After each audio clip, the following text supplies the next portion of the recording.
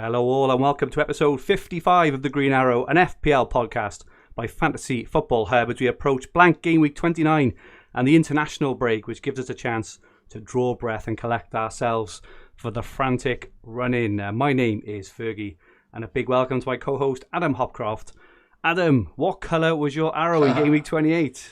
I wish I'd have prepared a video with me like dancing around, singing, etc. No, I got a green arrow, so that was a nice surprise, bit of a shock. I said to you off air as well, I think I don't know if it's because the games are drawn out or the quality of football's diminished quite a bit, but I've used the last couple of weeks, the only matches that I've watched live have been the Villa matches, and I'll be honest, after seeing Villa Newcastle, I might not even watch Villa anymore because that was absolutely dreadful. But I've just stopped watching them live, and I've found and not getting any updates and then checking at the end of the day, and I think it's helped me short term just sort of get through because I've had a really bad spell FPL wise. But I think just more, it's helped me enjoy a few other things in life. And actually, what I've found as well is I can look at the stats because I'm not seeing as much football. I'm losing some biases there, and I am watching the highlights as well. So yeah, it's nice to get a green arrow. When I saw the Brighton score that Brighton had beaten Southampton, I was a little bit gutted because saw it straight away, 2-1, Southampton had scored, and I thought I'm praying for a dunk goal, and as I went down... What's the odds on that, if you don't know? It's pretty slim. I know. Well, he's our second top scorer this season, so I had hope. He's got 4... He's a goal scorer, Dunk, so I do like him, but yeah, in any one game, it is low, but across the season, he's good for 4 or 5 goals. So delighted with that. Shaw's been excellent. Yeah. So glad you talked me into that one. I'll give you a little bit of credit for that. But he's been really, really good. I went with 4-4-2. I suppose the only downside was I got another auto sub. So I think my total for the season is I've got 15 points from auto subs that I've used. I've had 10 auto subs and got 15 points. And I haven't even had a rubbish bench. No. I've had the likes of, this was Bamford this time. I've had Alexander-Arnold, Souček.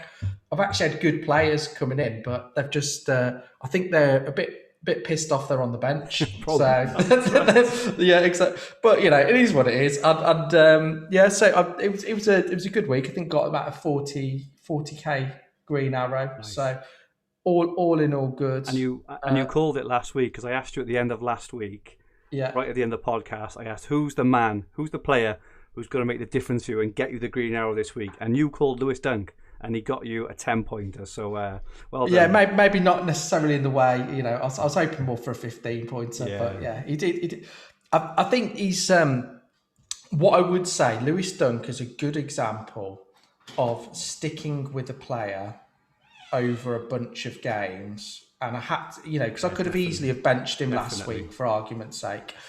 And I think you've just...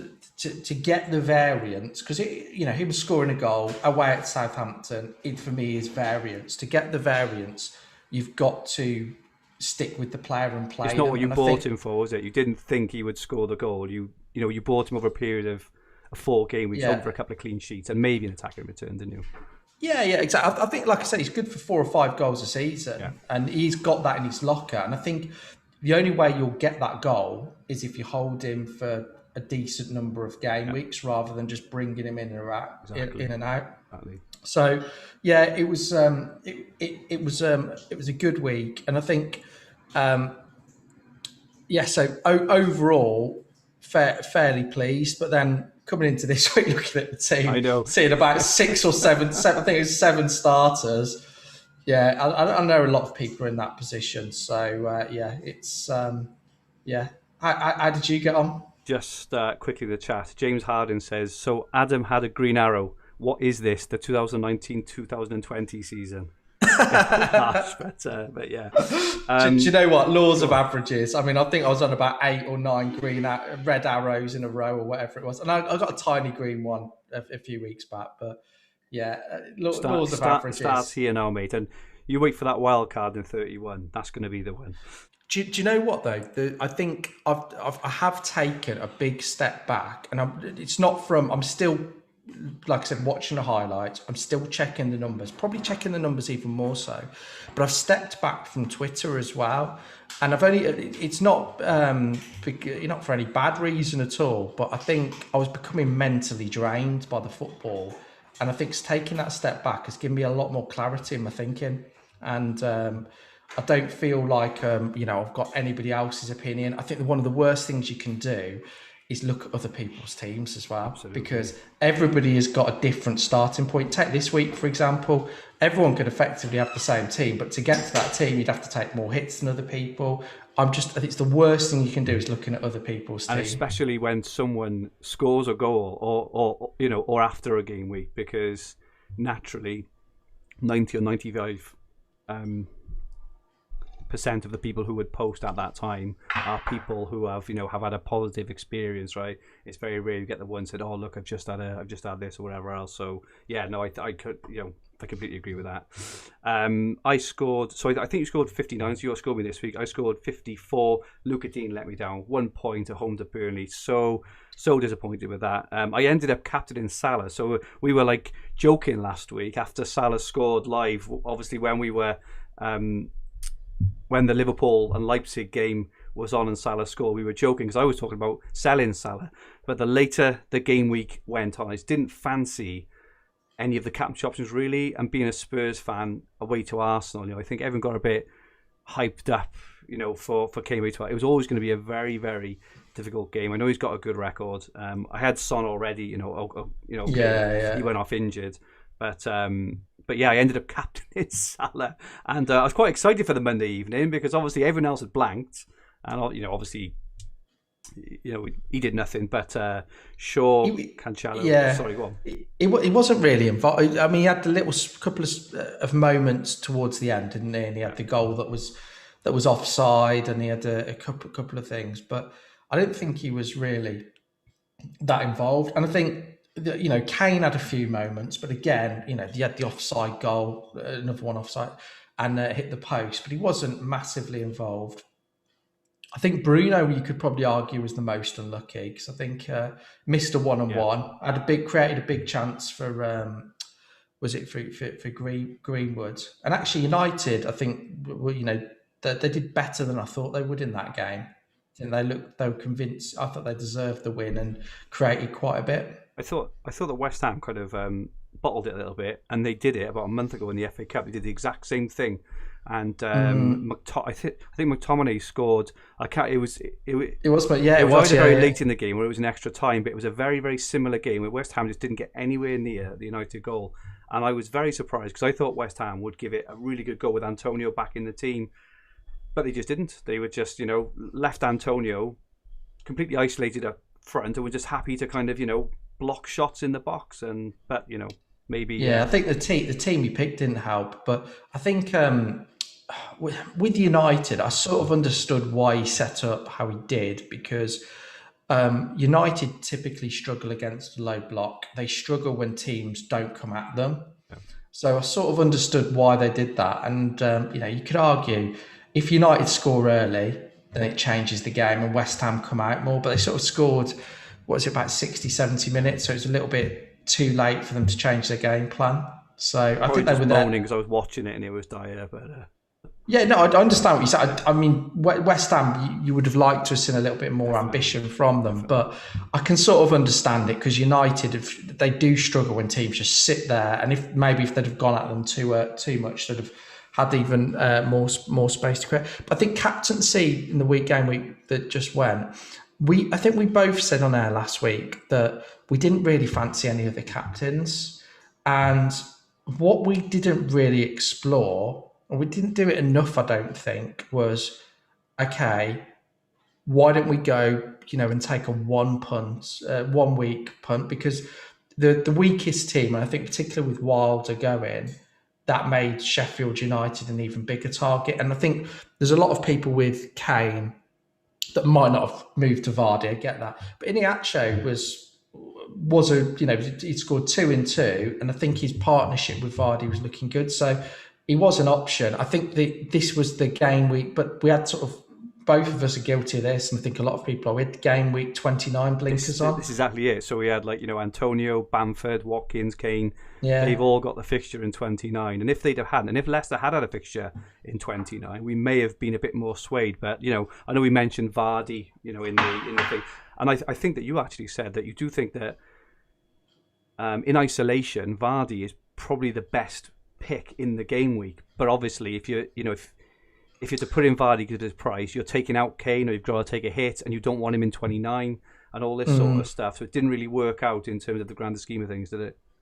Yeah, it didn't, and I would have looked at Iniacho, but I think the reason I didn't was I was actually quite happy with playing 4 at the back, and I'd have quite been happy to lose Bamford. But then there's also as well, there's been a couple of situations historically where he's come into the team, he's scored a couple, and then all of a sudden he's gone off after 55 minutes. Yeah. But looking back, it looks obvious because he got a hat trick. But I think the one point I will go back to is the captaincy hauls 9 times out of 10 come against the most allowing teams. And if we look back at it now, Wolves, West Ham and Arsenal, you could probably put them sort of the upper mid-table in terms of defences. We maybe should have pushed harder to look at the, some of the teams that were allowing more opportunities. But I mean, it's a lesson. I think we got a little bit blinkered by the blank game week and not wanting to bring in a player that doesn't play in 29, wasn't it? When they're all because the way the fixtures are, they're probably all going to end up with 2 points anyway. But we'll touch on that now. Are you pleased you didn't go for Mount? I am, but more from the fact that the whole move was around getting in Kane for a hit. In terms of Mount, I still think Mount was a good option for in week 30, which was primarily that 28 and 30 was getting him in for. But actually, I think looking at the way that Chelsea are lining up now, I think that Havertz may be the better option now for 30. But we'll probably look at that. I'd agree with you on Havertz. We mentioned Havertz last week, and a lot in the chat did as well. He was very unlucky not to score against Leeds. I thought he had some really good chances. He just wouldn't go in for him. We have four shots on target. I don't think he had any big chances, but 4 shots on target. He was there, and he was on the penalty spot. He was that what we talk about in terms of Gundogan, where he doesn't always get the ball to him or get the connection, but he's there ready and waiting, and by the law of averages he will get chances, he will get goals, I think. It'd be interesting to see how Chelsea's attack persists, because I mean tonight I quite like Havertz in the number 9 role personally. He's here again tonight, but is he? I don't know if he's. I've not seen the light. I've seen Werner's playing as well, but it'd be interesting to see if Werner's playing as a 9 or a 10.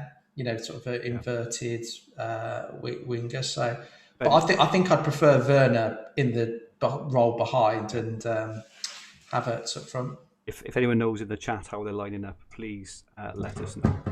Okay, so as we are live, please feel free to join the chat at any time. Let us know your thoughts on the topics throughout the relevant sections, and feel free to ask some questions. Good evening, everybody. We have Nuki 10. Blumendal, James Harden, FPL Geordie, Mitesh Patel, Neil Olden, Guy Parfit, Josh C, Michael Tillett, FPL Heaney, Anderson FPL Smoggy, who has a question about how many players do we need for Gaming 29. That is the sole focus of this podcast. Don't worry about that, Smoggy. We will sort you out. Raphael Borek, FPL Tips, who's off to watch the Chelsea game. Priorities tips. I'm not happy with that whatsoever. Mark Byrne, and many, many more. Welcome all. Great to have you all with us this evening. I reckon we're better entertainment than Chelsea. You've got to be. Two fairly defensively minded teams. I think you're better off watching us, I would say. And Paul Jones is in from the hub as well. Tips is back on, so he's playing Werner playing left, Havertz centrally. We've got a load of... Okay, so that makes sense. Makes sense. That's good. A load of the Fantasy Football Hub guys live with us this evening. Welcome everyone and welcome all. So for any new watchers and listeners, if you haven't subscribed to us yet, please press the subscribe button in the bottom right hand corner of the screen. Set the alerts so you don't miss our live streams every week right here on this channel. Also, please press the like button if you enjoy our content. So this evening we will take an in-depth look at game week 29. We'll analyse how many players we need to have if not free hitting. We will look at the 8 teams that are playing and the best player picks for each. We will reveal our current quite sparse game week 29 teams and plans. We'll look at the best captaincy options, give the competition results from double game week 28 and look to give away another prize this week before finally taking a look at the top of the Green Arrow podcast mini league. Dan Focard in the chat captained Iheanacho. Absolute legend, Dan. Well played. Well done. That's that's brilliant. But do you know, it was the perfect week. Thinking back now, and I think you can reflect without being hindsight. I think it's always good to reflect. It was one of those weeks where your captaincy decision wasn't going to hurt you or punish you, so you could get away with a risk, couldn't you? It's effective ownership thing as well, because I think we even talked about it last week. Like Kane's ended up, I think it was around 100 in the top 10k, and Bruno's was around 100 as well. It does play on your mind, and it does look like at the moment, personally, rightly or wrongly, in this period, I was quite happy in this period between like 24 and 29 just to kind of hold rank, because I'm going to attack on my wild card on 31, whereas other people who maybe haven't got their wild card and are going all in using the chips in this period may have gone a bit different. But I do think kind of mindset and strategy plays a part as well. So firstly, Adam, briefly looking at the fixtures. So obviously we've got Fulham play Leeds tomorrow night. Then we've got Brighton against Newcastle on Saturday. West Ham play Arsenal, and then Villa play Spurs. Not the most inspirative match. So personally, they're all really close games and quite hard to call. But what are your initial impressions of how the game week will play out? I think it is. I haven't been on Twitter this week, but I can imagine there's a lot of excitement about certain players that are probably quite average. And and I'll go into that in a minute, because I think for me, I think it's going to be an underwhelming game week. We're not seeing many goals as it is, but you quite rightly mentioned a lot of the teams are fairly evenly matched. Yeah. And for the first 2 matches, there's a lot riding on it. So with Fulham, if they'll be quite cagey, because a win would take them out of the relegation zone. Anything but doesn't. So I think they'll be quite cagey, Fulham. And I'm not sure how that game's going to go, but I don't see loads and loads of goals in that. I think if Fulham win, they win by 1-0. Leeds have improved defensively. They've not been as great from an attacking perspective. So it's tough to call, but I don't see there being loads and loads of goals in that particular game. Fulham aren't clinical at all. And, I don't see them scoring 2 or 3. I mean, Lookman is very, very, very wasteful. And, he looks good, but he's got 1 goal in 11 matches and no assists. And Fulham have only scored, I think it's 1 goal at home in their last 5 at home as well. That sounds right. That sounds right. That sounds about right. So I'm not massively excited, because Leeds have started scoring less. Yeah. They didn't score, off the top of my head, they didn't score against West Ham, they didn't score against Villa, they didn't score against Chelsea. They beat Southampton 3-0, didn't they, a few weeks ago? But I think after that, I'm not sure. But I think they've blanked 3 matches in a row. Exactly. They've blanked 3 matches in a row. So I think Rafinha's looked really good, and actually seeing the highlights, he was unlucky with that chance. But he's behind everything good about Leeds. Yeah. So I do like Rafinha, but I think I don't think there'll be many goals in it. And I think people always think Leeds, there's going to be loads of goals, but I think there's so much riding on it for Fulham. I think if they get the lead, they will try and grind out a 1-0. Yeah. That's what I think. So, you could look at Fulham defenders possibly. I think you're clutching at straws. Maybe I am, yeah. Not. Sorry, I didn't mean you. I didn't not mean me, you. but I think yeah, the game. yeah. I think if you're trying to target players for Fulham against Leeds, it doesn't matter if you look at the eye test. It doesn't matter if you look at stats. It doesn't matter if you look at anything. I think anyone who's looking to target that game for anything is just I've got Bamford and Dallas, and I'm playing them because they've got games, but I wouldn't be actively buying them other than to make up the numbers. Yeah, agreed. I'm starting Meslier over Martinez because I think there's more chance of a clean sheet. And actually, Meslier's got quite a high ceiling. He's the sort of goalkeeper. I said it a while ago, not that I've seen any of his points, but he's a sort of goalkeeper that he does get 10 or 11 pointers if Leeds keep a clean sheet because they'll concede a lot of shots. So I think if I'm going to be captaining Kane, I think the upside approach for me is to go for Meslier. And actually, if a lot of people start Martinez, that could be a chance to gain ground. So, I'm not that excited. That said, I do love watching Rafinha. So he's great to own as a fantasy option. He's always involved. He's dodging points like anything at the moment.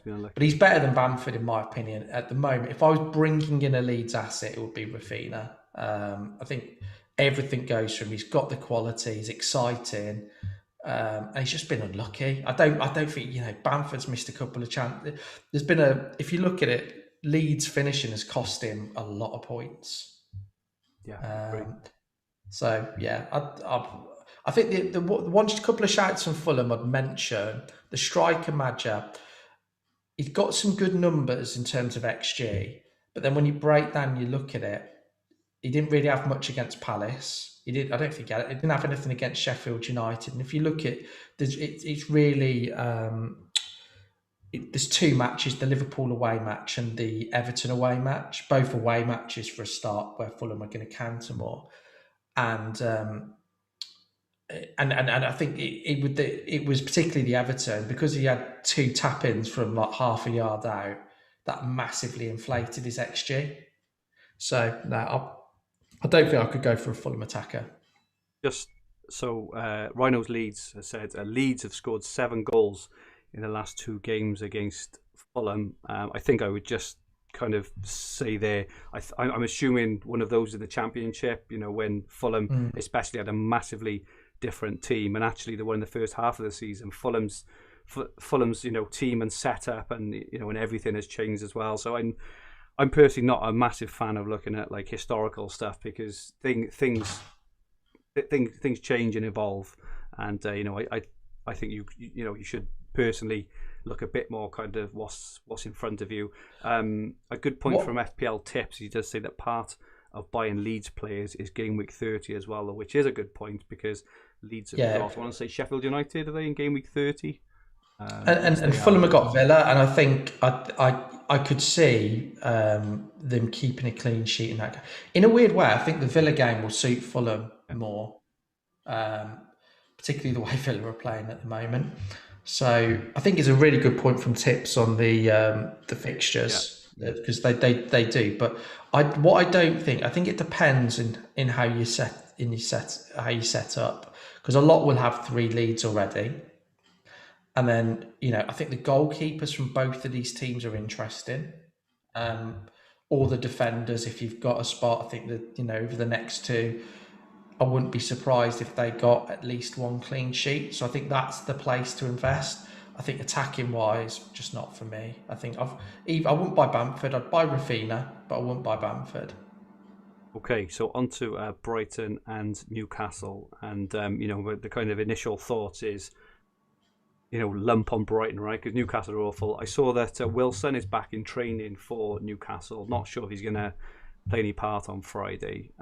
But, my initial thoughts are on all these games, actually, they're all quite well-matched teams. And I think my thoughts on Brighton are, right, we've got to remember that they are Brighton. And we're not talking about Man City here because, I hear a lot of, we should be travelling up on Brighton, and kind of things like that. So there's a couple of things. One, they're Brighton, and two, they're actually away at Old Trafford in game week 30 as well. So if you do take hits to go all in on Brighton, you're going to be lumbered with them in game week 30. So I think they're just a couple of points. I try and mention it every week. It's the way I play the game.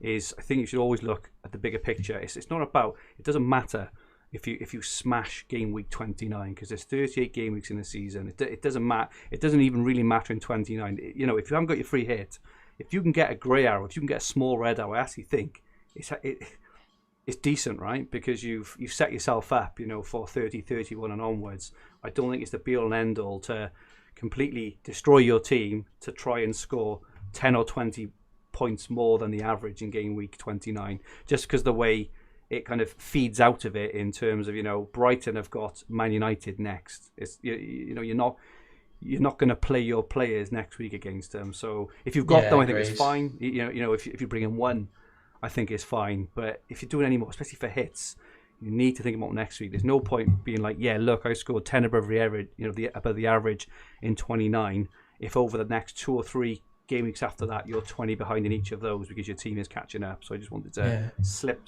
that in there. Yeah, good job you said. I was thinking of bringing in Lallana and Welbeck this week. So, there was thanks for that. There was some shouts earlier on the chat about treble Brighton defence, right? And okay, even if they do keep a clean sheet this weekend, which isn't guaranteed, by the way. Okay, that might be 18 points, but it's you've got to think longer term. Yeah, I think if you're on a free hit, treble Brighton defence could be a really good strategy. Free hit, I completely agree. I think that's. But yeah, your point is completely valid. Or you could do. I mean, you might be able to get away with doubling up on Brighton defence if you go with Sanchez because you might have another keeper to play next week. Are we talking hits? Another defender. We'll move on now in a second, on to all the kind of stats around the players and things. But if we're talking hits, right? So if you've got them already, if we're talking hits, I would. What I would say though is, so let's say I've got 2 free transfers now. I've got a goalkeeper for this week, but I think it's completely valid to target the defence with your free transfers over the midfield and attack. So because I just don't think there'll be loads of goals. I just saw FPL Geordie post the scores, what he thinks. And I think they're very, very tight in terms of the games, and I'd agree with him. And I think there's not going to be many goals, so I don't think it's a bad idea to target the defence with your free transfers. But what he's saying is valid. Definitely not for hits, and definitely you've got to think about how you're going to be set up for the following game week. Brighton. So on paper, and in terms of if you look at the stats, it is the biggest mismatch of all of the games this week. Both teams need a result. If Brighton win, I think it's huge for them. I mean, they're coming off the back of the Southampton win. The way they're playing and with the injuries, let's assume Wilson's not going to. He might make the bench, I suppose, but. And I mean, Newcastle lack creativity anyway with some of the players they've got out. So you'd favour Brighton, and but nothing would it wouldn't surprise me for Newcastle to go there and get a 1-0 with a lucky goal with one shot, a bit like Palace did. So I've got Dunk, and I'm pleased I've got him. Yeah. So I think for me he's the best Brighton defender to have, because I think and I think a shout, if I was looking at Brighton, I don't particularly like any of the forwards. Trossard, he's a player that I like when I watch him, and I think he should get more. But then when I look at the stats, I'm not convinced. But if I was going to take a punt on an attacking player, he's the one I'd go for. I've seen a few people say, well, Gross is on pens, he's the better option. I don't think we know who's on pens for Brighton. And the reason I say that, they've missed a lot of penalties this year. And Gross missed one versus West Brom, didn't he? And I think they had another one when he was on the pitch, which Welbeck took and missed. Maupay's missed them. When they had a penalty shootout against Newport County Newport Town earlier in the season, I think it was Basuma, who else? Basuma, Maupay, and Trossard missed. One player did score who could, particularly if they need a result, Lewis Dunk scored a penalty. So I wouldn't be surprised. I would not be surprised. He takes the free kicks, don't he? Well, exactly. If there's a pressure penalty and they need a goal, he's the captain. It wouldn't surprise me. But I'm considering Trossard. But I said this, I don't know how many weeks ago, I was almost joking about when we predicting the fixtures, everyone's going to be looking at Trossard versus Newcastle. Because we were arguing, did you free hit this week? Yeah. And it's like, Trossard v Newcastle. I would have, if it was a full complementary of fixtures, would I buy him? No. I think it's more of a case, it's Newcastle, it could be a fun punt because they're that bad and you'd be expecting Brighton to win that match. So if I bought in Trossard, it will be to make the game week more fun and it could pay off, but when you look at the stats, I wouldn't expect too much. I think he's got like 2 goals and an assist in 11 matches. So he's not prolific. I still think he's forcing it though, because agreed. In a normal game week, if there was 10 fixtures, knowing that Brighton have got Man United next week, you wouldn't dream of bringing in Trossard. I wouldn't need to play him next week. So if I bought in Trossard, I wouldn't play him next week. I've got all my other attackers would have good fixtures. The point I'm trying to make is if it was a full complement of fixtures, and I know it's not, I understand that. But if it was a full complement of fixtures, you wouldn't have been looking at Brighton because you've got Man United next week. And I suppose this is the point I'm trying to get to, is that Anderson FPL put in the chat earlier. This is the week where serious players gain a big edge over casuals. I think they'll gain an edge, but I'm not sure how big it will be because the fixtures don't really lend themselves. Would you honestly be surprised if all these 4 games ended up 0-0, 1-0, or 1-1 either way? No, wouldn't. Because of that, those kind of games, aren't they? Well, I think going either 4-5-1 or 5-4-1 would be the way I went if I free hit it. But I think it's really team dependent. So my weakness at the moment will be in midfield, in terms of, and that'll be where I'll be looking to buy. And I don't particularly, I like Trossard for this game, but I understand what your point is. But then I wouldn't play him next week. I'd go with my other players, and then I'm wildcarding 31. So I think if you were taking hits to get him, it's totally different. But for me, we'll go on to my plans later on, but I need at least one midfielder around that price, and I'm probably going to be using my 2 free transfers on midfielders. So, should we go on to Newcastle? I think everyone's got a treble up on Newcastle, haven't they? Yeah, awful. I don't. FPL Geordie, are you trebling up? I don't think it's really, anything kind of serious there. Just before we go, into depth on, into players on the other fixtures. I just wanted to bring up a graphic. So this is off livefpl.net. .net. It answers the question really. So it's going to help us answer the question: how many players do I need for game week 29? So this is a big question, which everyone's asking, and we've kind of got. Well, we haven't got the answer, but what we've got is a guide to how many players other managers have got in your rank around this year, which may help you decide whether you want to kind of attack a little bit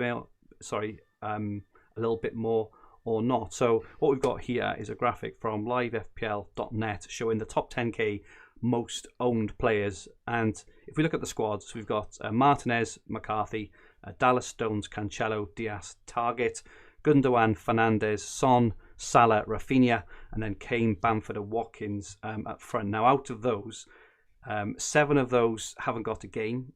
Son, there were quotes earlier to say from Mourinho, very dodgy quotes, saying, because he said he's definitely out of the European game tomorrow night. And then he said, I don't want him to play for his country. Basically, something along those, along these lines. I'm paraphrasing, right?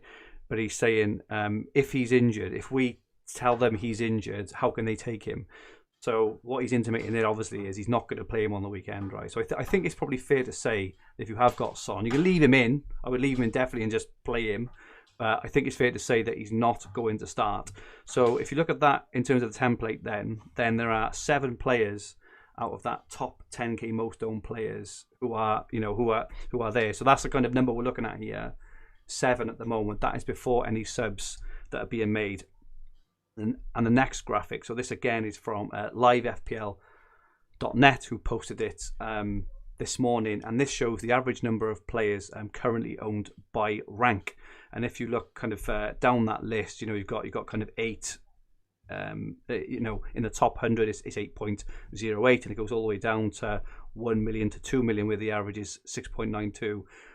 That also excludes a play-in second goalie, then, which roughly takes off half a player each time. And if you exclude Son, if you look at the numbers now, and this is the key number for me, the kind of range is between 6.86 players and 5.97, which intimates that the average player, all the way down to 1 million or 2 million, has roughly got 6 players at the moment. Now, obviously, free hitters are different, right? So they will have 11 and they will have a really good bench. But at the moment, the average FPL manager has got 6 playing Game Week 29 players in their team, which kind of suggests to me that by the time the Game Week deadline rolls around, that most players will have set, probably between 7 and 9 is my guess, because there'll be players like us who've held a transfer, so we're gonna have a minimum of 8.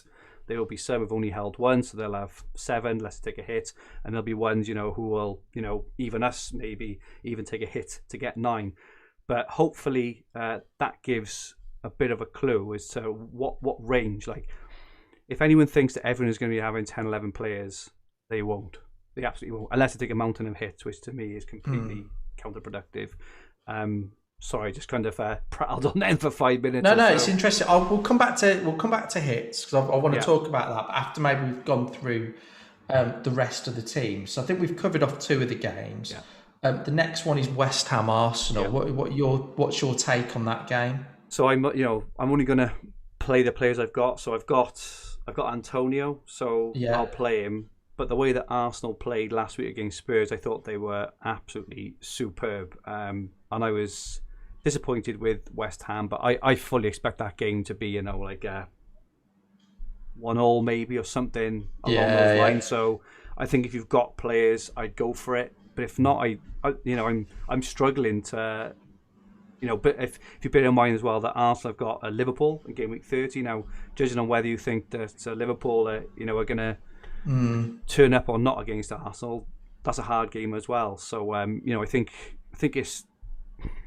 it's tough really to bring in anyone or get excited for that game. How about you? I think for me, a lot depends on Arsenal and the Europa League. So they're 10 points off fourth, aren't they? So the reality is they're not going to get Champions League football from the league. So they're going to prioritise the Europa League, you would think. Yeah. And I think they're 3-1 up, aren't they, from the first leg? So that's not guaranteed. So you'd expect a lot of their key players to have minutes on Thursday night.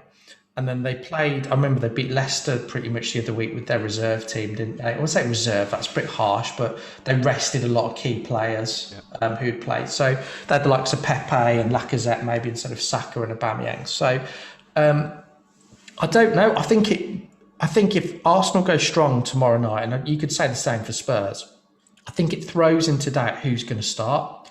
So let's say Tierney starts tomorrow night and plays 90 minutes. Are we 100% sure he's going to start the weekend? It puts doubts in there for me personally. The striker situation, is Aubameyang going to start, particularly after the disciplinary issues? I think for me, I've got no confidence in the Arsenal lineup to bet on one single game, and because that's what it is. You're not really looking at them for the Liverpool fixture. You're looking at them for this. So if I was in a free hit, I'd probably go Tierney and then maybe either Lacazette or Aubameyang. I might guess because because of the finances you have available, I think you could have decent subs to not worry about it. But it puts me off Arsenal because, unless they go completely weakened tomorrow and the likes of Tierney and Aubameyang are on the bench, I don't know if I could go for them because I'd be gutted if I've got 9 players and 2 of them are on the bench. It's like it'd be a right kick in the teeth, wouldn't it? I think the only thing I would say from from next weekend, which is different to normal, is because obviously it's the international break.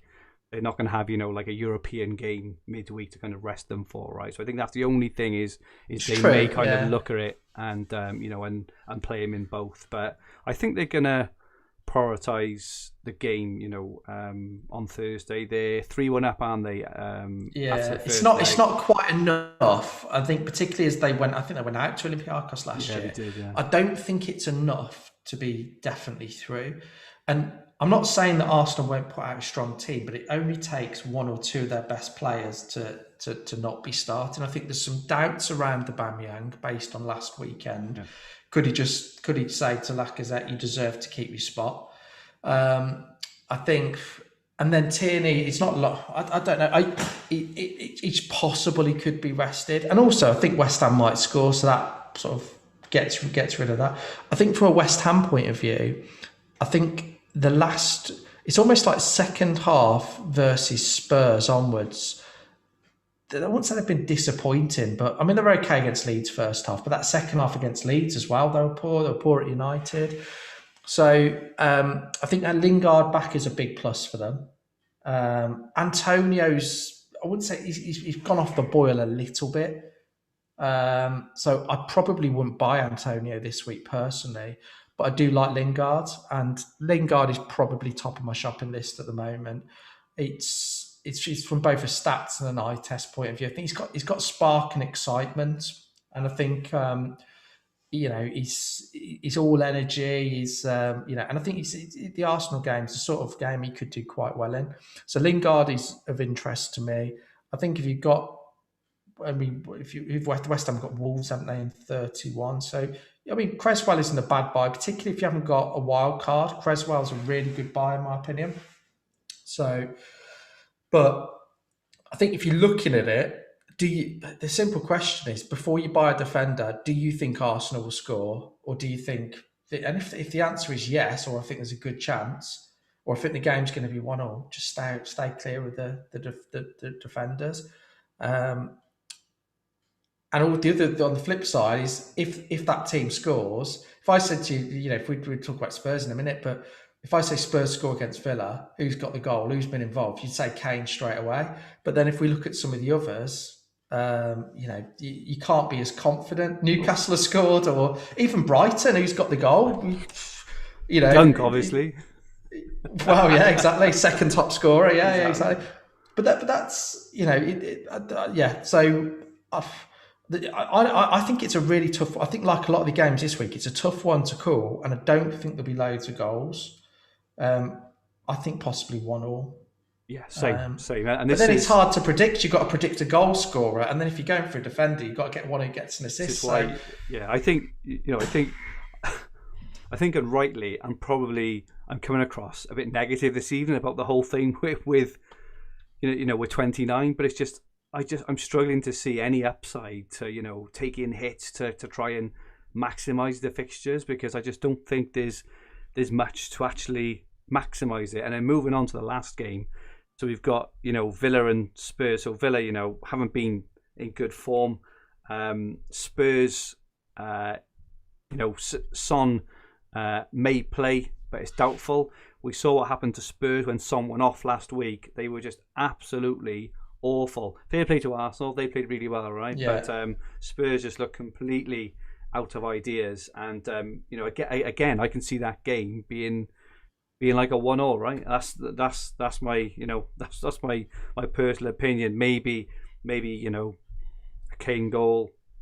But I do think that Son being out won't help Bale either, because I think when you've got kind of Son on the left and Bale on the right, they both of them need attention. If it's like Kelso, he's back from injury, or someone like Ndombele or Moira even, he just doesn't need that much attention. So I think that'll hinder Bale a little bit. What are you laughing Yeah, I at? agree. I'm just reading the chat, so I've got James Harding, Adam jumping on Messi, Lingard. He's taking the captaincy off him now just because I've mentioned him. So I think that's probably a wise move, James. We've got some stats actually a little bit later, which back up your Lingard's pick. So we'll touch on. I like it. There are a few players, and I think this is an important thing to think about. Would I buy them if it wasn't this blank game Exactly. week? And I would buy Lingard. I nearly bought him 2 weeks ago. Would I buy Trossard? Probably not. Would I buy Lookman? No. But Lingard, I would. So I think it's a good way of looking at it. So you're not getting caught up into buying rubbish. I think going back to Bale, because we've sort of moved on to Spurs, Villa, haven't we? So going back to Bale and Spurs in general, I agree with you. Without Son, I think it dents their attacking appeal. I think Lamella will be out, won't he? He'll be suspended. He's suspended, yeah. So maybe they'll play Dele Alli, but I think you just got to look at the Europa. You've got to look at the Europa League team, because if Bale plays a lot of minutes there, there's doubts about him being able to play, more than 60 minutes. So will he then be guaranteed to play more than 60 the weekend? So it puts me off Bale a little bit. Bale's only got 1 assist in the Premier League this season away from home. His away record's really bad. So, yeah, I'm not sure I'm that excited by Bale. We go back 2 weeks ago, he was looking great. But the problem with Mourinho is he does tend to hold a grudge, and he wasn't too happy with his performance. And it could just be because he hasn't got the options of other players that he does start Bale. But yeah, I think Moura's an option. I think Moura is done okay recently. I thought Moura played really well against Arsenal in the second half. He looked to be the only player with a bit of kind of drive about him, in the second half. I think if it wasn't for him, Arsenal would have gone out of sight. But again, he hasn't been playing in very advanced positions. He's been playing in kind of that number, I don't know what number it is really, kind of 80, 8 sort of role. It's not a 10, it's behind the 10 sort of thing. Yeah. He's so I think he's done okay the last 4 or 5. So he got a goal, didn't he, against West Ham? I think he got a goal against Burnley. He got an assist the weekend. So he's done all right in the last 5 or 6 game weeks, Moura. And I do think Mourinho trusts him. But again, would I buy Moura? Probably not. So I think Lingard out of these options is where I'm going. I think Villa. A few people have asked about Grealish. Now, I've been off Twitter pretty much this week, so I don't really have anything definitive, although I read something earlier that there was some positive news on Grealish. Let's just wait and see on that. I mean, Dean Smith is... every time Grealish has been injured historically, Villa very rarely give an accurate update, and it's very demoralising as a fan. So I remember the season that we came up, and when he did eventually come back, we won 10 games on the spin. But waiting for him to come back, there was never any news, and when there was, it wasn't accurate. We saw pictures of him on a treadmill for about 2.5 months, and he's just come back. And do you know what? It makes it hard to watch it. I mean, it does make it depressing watching Villa without Grealish, because I think maybe my decline in watching matches has come in since Jack's been injured, because. He's at least what I would say about him, and I'm sorry to harp on about it, but not really that sorry. He's just exciting to watch, isn't he? Every time he gets the ball, people are excited, and I think there are a few other players. I think Foden's got that about him, and there are a few other players, but there aren't many. I don't think that you think as soon as they get it, something's going to happen. And Grealish is one of those, and he's huge for Villa, and I really hope he's back the weekend. And I think if he is he an option? 100% yes. He's got good natural fitness. He'll probably play 90. I think if he's fit, he'll play 90. Or he'll play the majority of the match. So I also think he'll help. Watkins' output as well, obviously, because he will. Yeah. Message from Guy Parfitt in the chat. No mention of Lamella's Rabona tonight, even as a Guna. feel it needs some credit. I jumped through the ceiling when he scored that goal, and I called the wife and kids into the living room when he scored that goal. And I don't know what it was. I personally think, and I'm going to get a load of stick for this, right? It's one of the best goals I've ever seen, and I'm disappointed because he got the red card and because they lost. Because I think if that had been the winning goal in a North London derby, it would have been talked about for years and years and decades. But the fact that they lost and he got sent off kind of tarnished it a little bit. But yeah, what a goal! And for anyone who says that is a fluke, this, that, and the other, he's done it before. He did it in 2014 in the Europa League from outside the area. So absolutely not. I think what I really liked about the goal is when you do a Rabona, you usually get quite a lot of height on it, don't you? Yeah. He bent it into the far corner, mate. It was almost like unreal. It's like he stunned it. It was like one of those like pool shots or whatever you would do with the white ball. But it was unbelievable goal. He curled it. That's the thing for me, which made it even more impressive. He bent it into the corner. Unreal. It's hard to compare. Is it the best goal ever scored in the Premier League? But it's definitely one of the best. Of them. Yeah, it's definitely one of the best, and it had that wow moment. I know a lot of people are going to get some stick now, but a lot of people talk about Yeboah's goal. But for me, the only people, the one that hit the bar, it's only good because it hit the bar. Oh, God. It's not stick for that. Particularly with the Leeds fans, I know. Well, it's no Daly and Atkinson, is it? No Daly and Atkinson. I still think, I look back to the Bergkamp one against Newcastle, which was just, unreal skill. Let's ask that in the chat. Actually, what is your favourite Premier League goal of all time? Someone's put no right foot. No right foot, Fleming. You don't need it when you go that. Standing on. and where do you think Lamella's goal ranks? In the kind of all-time list of Premier League goals. Is it in the top 3? Because I think it is.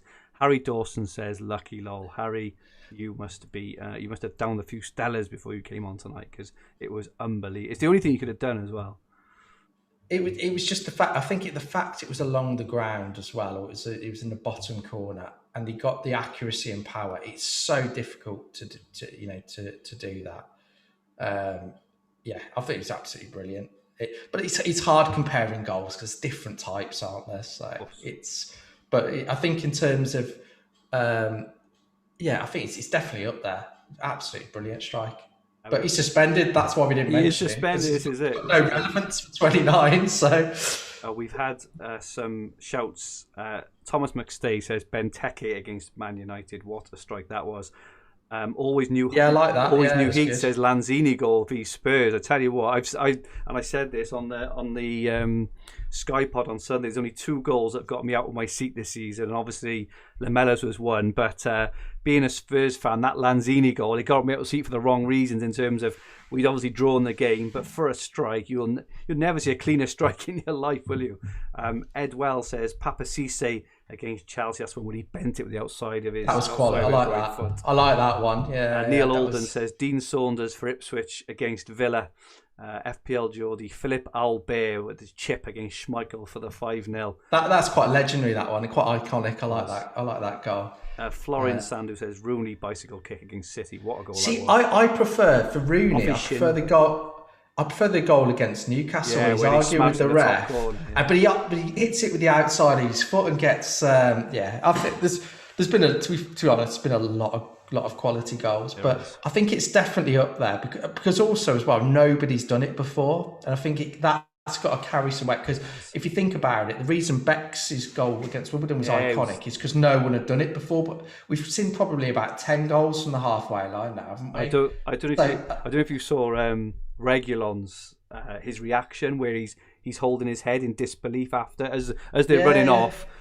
Reguilon's just like as in that's just the most crazy thing I've ever seen. But anyway. Yeah, but I think we've seen quite a lot of players have got the ability if they have a number of attempts to score from their own half. I agree with that. And it's just a bit of variance and luck. But I think he's perfected that skill. I don't think many players could do that. I really don't. He's done it before, and I had a bit of a a bit of a set two with someone on Twitter because they were saying he should never have taken it on. 9 times out of 10 he misses, and like he's 2 out of 2 so far. So stick that in your pipe and smoke it. Anyway, let's move on a little bit. So we're going to move on now to look a bit more specifically at the teams and players now. Firstly, we've got a graphic with the teams ordered by XG per appearance over the last 4 game weeks from the customizable OptaStats tool on Fantasy Football Hub, which shows that Brighton have got the highest XG out of all the teams that play, and the 3rd highest actually in the league of the last 4 game weeks. So they've got an XG of 1.81. Next down is Leeds with 1.4, then Spurs, West Ham and Arsenal.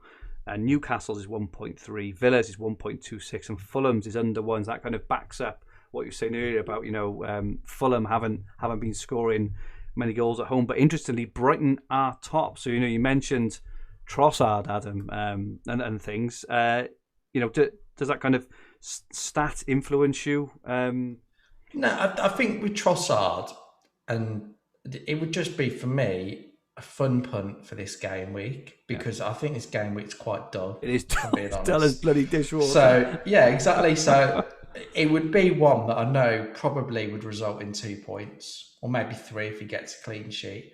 But he's got it in him. He's got a bit of capability, and I quite like him as a player. I think he showed spells, particularly last season. Was it his second season last season, or was it his first last season? I think it was his first last season. Was it? He showed spells of looking brilliant and unplayable. And I remember him like almost winning the game single-handedly again when they played Everton. And but then he's never had the consistency. But so I'm tempted to have a punt on him. But we'll see. I think just looking at those stats, it backs up what we've said. I think you've got a lot of good defensive teams, or okay defensive teams, and not many great attacking teams. I mean, Kane's captaincy will probably be 199.9%. Well, I mean, I can't see any. If we're being honest, most people are going to go with Kane. So opportunity to be different if you want to punt on one of these average players, but yeah, it's not an exciting game. That's all they are, though, isn't it? Is average players. Yeah, what I think will happen is people will get caught in the trap of taking -8s, maybe even more than that, for average players that they'll be stuck with the week after, and I just boom, bang on.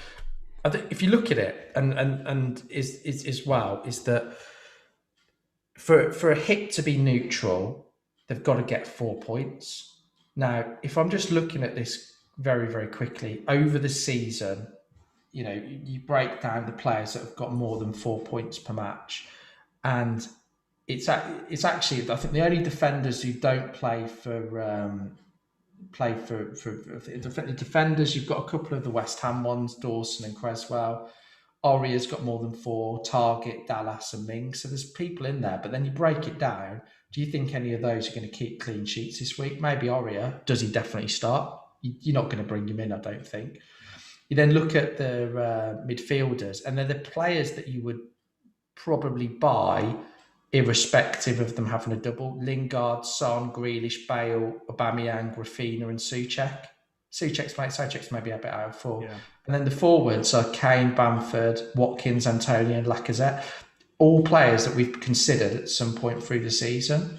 So I just don't think taking a -4 for someone like Lookman or Trossard or whoever it would be is worth it. And this is the thing, is exactly what I think you hit the nail on the head earlier.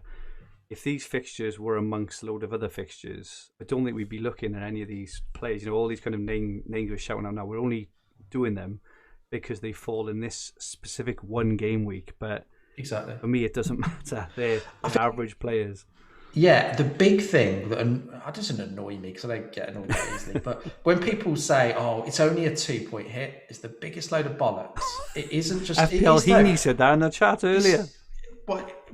It's only a 2-point hit. Sorry, it's not. Well, it isn't though, because in a lot of these instances, the majority of players don't get 4 points. So straight away, it's actually quite difficult to get four points. You have to get a return.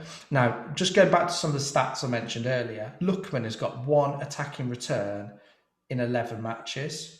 So the probability and odds are strongly in favour of him getting a 2-pointer versus a 4-point plus. You could do the same with Trossard. Look at Aubameyang away. Again, he's not fared too well away this season. Aubameyang's probably a little bit different because I put him in the premium category, but you could go through a lot of these. Look at all of the defenders. They'd have to keep a clean sheet for it to pay off. And I guarantee, I haven't looked at the clean sheet odds, only Brighton's probably going to be close to 50%. It is 52%. So Brighton's 52%, but they've got United next week. And also you're using a transfer that, it could cost you a hit next week to correct or do anything. And so 52%, even though it's the highest of the game week, is still only 50-50 coin toss, right? So it's still saying there's 50% chance of getting a clean sheet. There's also 50 that they don't. So even if you kind of lump in and get them, it's Brighton at the end of the day. You're not talking Man City. Exactly. So realistically, the defenders have to keep a clean sheet. And if you look at the stats, they're not in their favour enough to say they've got to keep a clean sheet. There's a more chance of a 2 or a 1-pointer than there is anything above 4. That's the reality. I think there's a couple of odd exceptions for the premium players, but it costs you 4 points, and 4 points average is actually okay over the season for any player.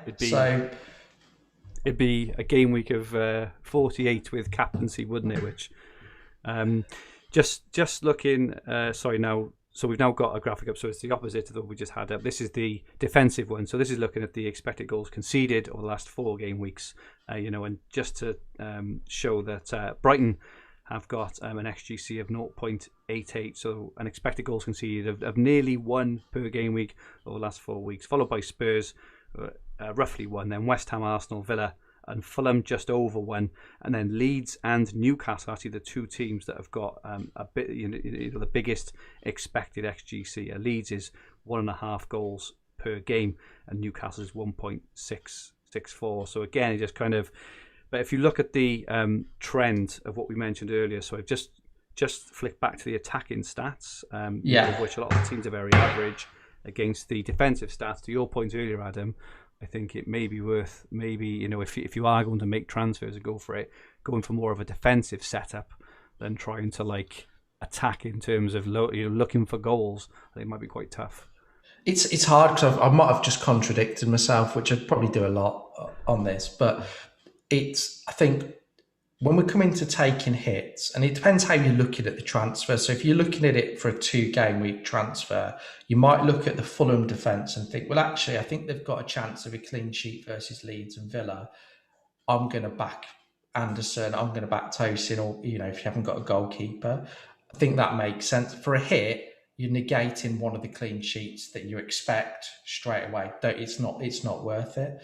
I think if I was on a free hit, I expect the game weeks to be fairly low scoring, so I probably would go up with a more defensive setup, or I'd go with midfielders that get the extra point for a clean sheet. So that's probably what I would do. No, that's fair enough, and we'll look at free hits after actually. So all the conversation so far has been based on kind of if you haven't got a free hit, right? So it's kind of what to do and who to look at if you haven't got a free hit. We'll look at a free hit team in the next section. Our final graphic on this section now is looking at the players. This is customized for Game Week 29 players by expected points per appearance of the last 4 game weeks. And Lingard, as you mentioned, so Lingard is top. So for every game that Lingard has played, so he's played 3 games in the last 4 game weeks. Obviously, he missed a game against Man United. His expected points per game is 7.4, which is very, very high, and by far and away the highest out of all the players playing this game week.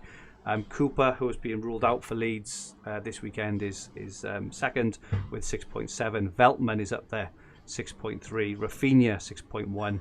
Kane, 5.7. Dawson, 5.7. Before we go down to a few Villa players, Dunk is 5.2. Interesting enough, but your Lingard pick there, Adam, 7.4 expected points per game over the last 4 game weeks is seriously impressive and backs up your theory. I think there's motivation. He's going to be trying his hardest to get either, whether it'll be back in favour with Man United, which is unlikely, with England. I think motivation is always the big thing, which is underrated in FPL, and the player's mindset. And I think he's in a good space at the moment, Jesse Lingard, and I think it'll continue with positive momentum. Just whilst it's on, just thinking about it, I think we've been very negative about taking points hits in game week 29. I do want to counteract that and give a positive reason to do it, because I think we always try and give balanced views here. Effectively, because if you're not taking a hit, let's say you might have 2 free transfers, you're making 2 transfers, you're bringing in 2 players. So by taking a hit and bringing in a 3rd player, you're effectively buying an extra ticket for somebody that could haul.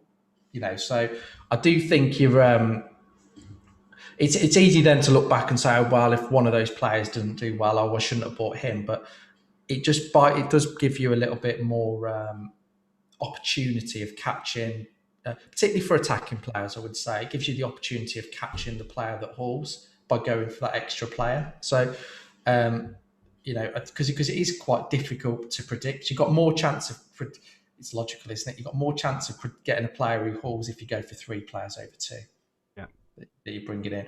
But I still think everything we said before is valid in terms of thinking about the other game weeks. Everyone's team is different as well. So hit could be logical for somebody, but not everybody, depending on your position. So looking at everything we've looked at for non-free hitters here, Adam, my kind of summary on kind of what I would do and the advice I would give to people. So we saw earlier in the numbers that the average player without Son is going to have roughly 6 to 6.5 on average players for this game week. Okay, assuming that everyone has got a transfer, or everyone's got a transfer. Assuming either everyone has a second transfer or is willing to take a hit, that means that a lot of players are going to put eight players out this game week. Looking at the profile of the teams and things, I personally, and I know I sounded quite negative this week, which I'm not normally, but I am this week because I just cannot get excited about it, because I do try and look at the game weeks in groups. And I just think this one, you haven't got a free hit, if you can get through it with even a small red, or you're. I don't think you want to put all your eggs in one basket just to try and get a green arrow this week, because remember, it's not about your overall rank every game week. It's about your overall rank. A game of 38 is what's important. So my summary is I would aim for 8 or 9 players, 8 without a hit, 9 with a hit. If you want to have a bit of fun, right? So you talked about Lingard, Trossard, maybe something along those lines. But I just wouldn't hope for this massive game week that I think the people are hoping for. I think if you can get the average, happy days, move on, let the game week go. That's my summary personally. What about you? No, I agree with you. I just want to mention that I think FPL Heaney and FPL Fozzy have just been having a chat within the chat, and been talking about that a lot of attacker, if your attackers will be playing your defenders effectively this week. So that's right. I think, effectively by investing in a defence, you could be putting yourself in a position where you really are hedging your bets. And I think personally, don't think too much about this game week. It's I think just think of it as part of your long-term strategy. Get through it. Don't overcommit in it. Make sure whatever you do this week doesn't hinder you, and it keeps you strong for the future weeks. So I think if you've got 7 players plus, you're fine. Cool. That's what I'd say. But I don't think it's not. This will not be a season-defining game week. No, I completely. I think we've built it up quite fairly well, because it will be a dull, boring, low-scoring game week where pretty much everyone captains the same player, except for a few mavericks and brave people that maybe go for Lionel Jesse or whoever, is. So, but yeah, we can't get too excited about this week, and we're just waiting for wildcard time, aren't we? So let's talk about more exciting things then. So for those who have got a free hit, so Adam, you have picked out your ideal blank game week 29 free hit team for the free hitters among us. Not that we're jealous or anything, but I'm very jealous. Obviously, kind of scraping together 7 or 8 or I will have. But do you want to talk through the team that you have picked for us? Yeah, I picked it in 2 minutes 32 seconds. Wow. I timed it, so it was that easy. Yeah, it was, because I think how I would set up is I would go at least 4 at the back, I think, and I mean, it's whether you go Dallas or Creswell. I think I'd start, but I think you've got a strong back line there, and you've got defenders that are capable of returning. So I probably should read it out for anybody listening on the podcast. Yeah. So the goalkeepers I've gone for Areola and Sanchez. I'd be tempted to double up on Brighton at the back, but I mean, Ariola's got a decent chance for clean sheet, and then I've got Dunk, Tierney, Creswell, Dallas, and Reguilon. And then midfielders, I've just gone for players that I think have got high ceilings and can score, and I'd probably start all 5 of these. I think I'd go 4-5-1, so I'd go Aubameyang, Bale, Lingard, Trossard, and Raphinha, and then Kane up front, and then I've got Antonio and Watkins, because I think I had a bit of spare money lying around. But I think just looking at the point distribution over the last, I don't know how far we'd go back, 10 plus game weeks, forwards aren't scoring that many points at the moment. Right. So I think I would go 4-5-1. There's a couple of players I might have missed out, but I think overall I could see Dunk, I could see Tierney, I could see Creswell maybe getting an assist. Yep. Obviously Dallas and Reguilon have got those capabilities as well, and I think you've just got 5 goal scoring midfielders out of those. So if there was 6 or 7 players, say that playing defensively, say, right. So for those who are just looking to kind of hold rank, who are the key 6 or 7 players there that you would think you should own in your team for this game? The kind of must-haves. For me, and if I'm just looking at this team now, I don't like using must-have, but I think the only must-have player this week is Harry Kane. I don't think anybody else is a must-have, because I'm looking at that midfield, and you could say Raphinha, for example, if you're looking at Leeds, but there's a good chance that Fulham need to win that game. They keep a clean sheet, so that rules out Raphinha returning. And Leeds have been toothless recently in front of goal. Aubameyang may not start. Bale, we don't know if he's going to be flavour of the month. Obviously you've got Lingard, he'll haul massively, so Lingard would be, but Lingard isn't somebody that is essential. Trossard definitely isn't. You look at the defence, I don't think there's if I'm looking at them, out of all of those 5 defenders, I mean, I've got Dunk. Dunk's the one I'd be going for out of them, but I don't think you can look at any of those players other than Kane and think, I'm going to go out my way to get them. I just don't.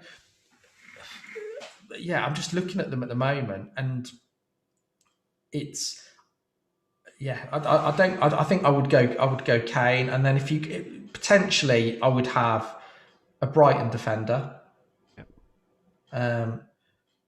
I'd probably pick a goalkeeper, because I think the goalkeepers could do well this week, and whether you go Areola, Sanchez, I like Meslier for this week. Yep. You might go Lloris, could be a good option. Villa haven't been great in front of goal recently, but yeah, I don't think there are must-haves for this week. I really don't, and I think this proves your point. I think what you said earlier, I don't think you need to worry about it. I wouldn't go out your way to ruin your team for future game weeks I think this is a game. I wouldn't say you could throw away this game week, but just wouldn't worry about it too much. There's 4 games. They could be non-eventful. I don't see any of the games being massively high scoring. What do you think the average score is going to be this week? That's what we'll run into competition later, I think. I think that. I like that. Yeah, the average score. Okay, I would say. I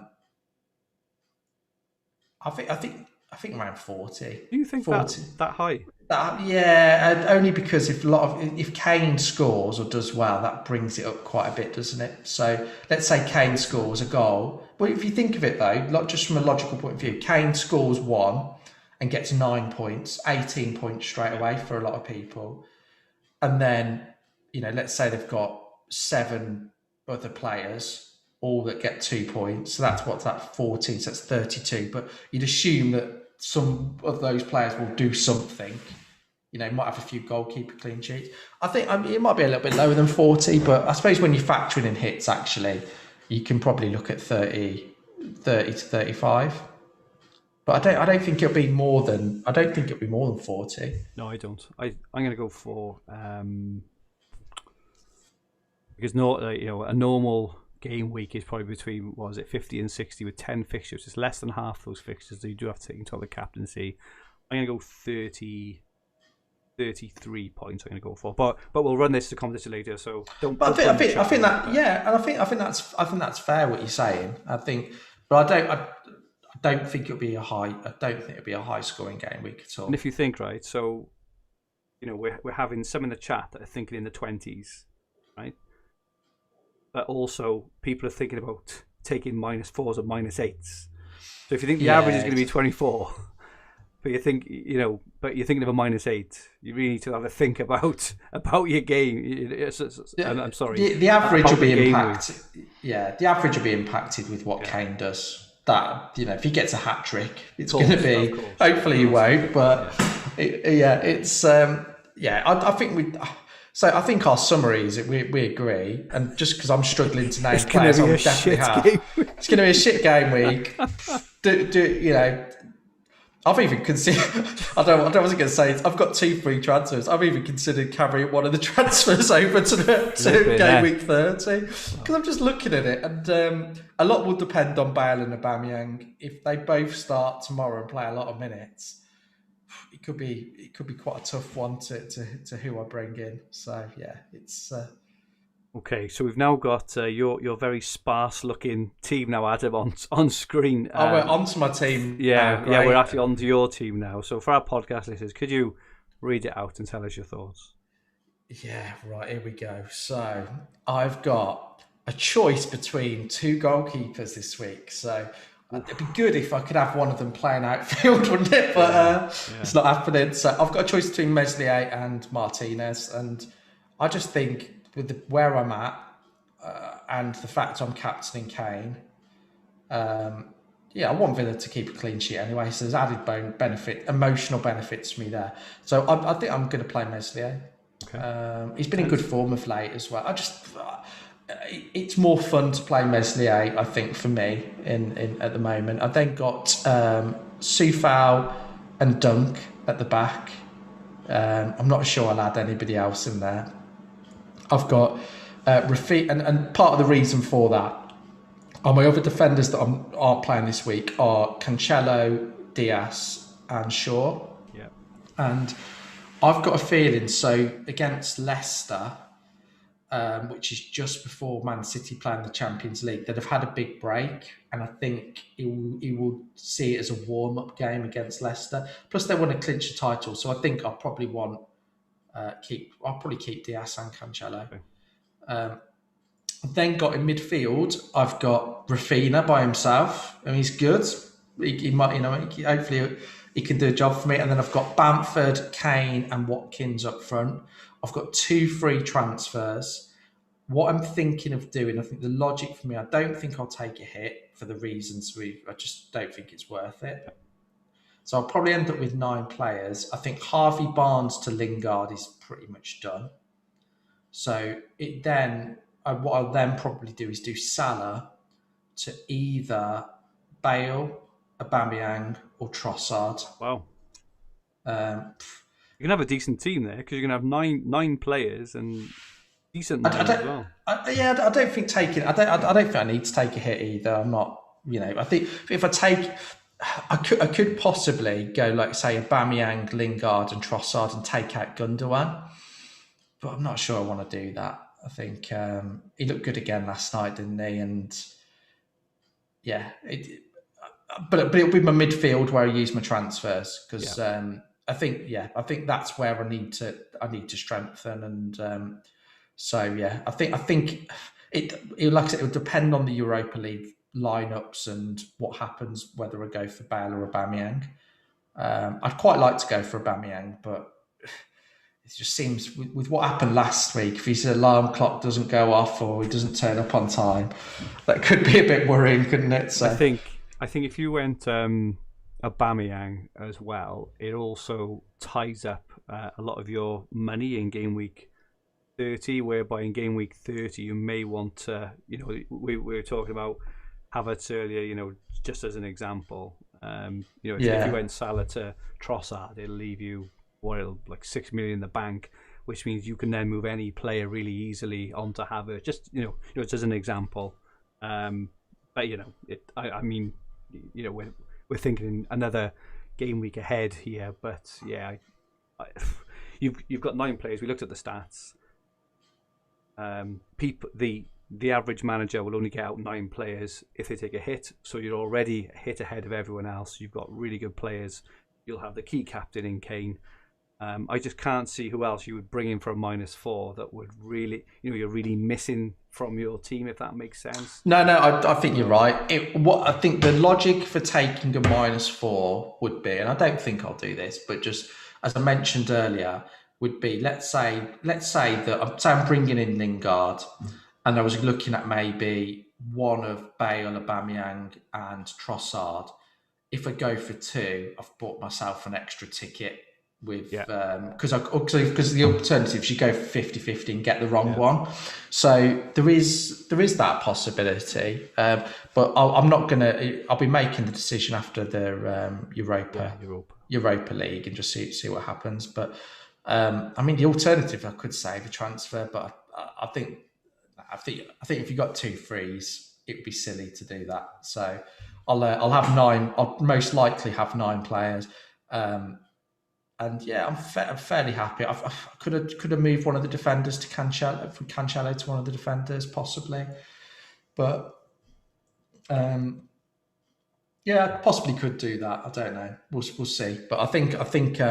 I'm fairly happy with I think you're well set. And even if you take a hit to get 10 for a -4, it's not the end of the world as it is. No, it's not. I think you're ahead of the average, which is good. Mr. Brown asks, you haven't mentioned Welbeck. What do you think about him? Have you got any? I did mention Welbeck. I told you that you'd convinced me to bring Welbeck and Lallana in for a hit at the start. Yeah, I think I mentioned him tongue in cheek. Yeah. I think he's good. He's looked all right. And actually, out of all the Brighton players, of XG and XA per 90 is right up there. I just feel that he lacks that, like he has throughout his whole career, he lacks that ruthlessness in front of goal.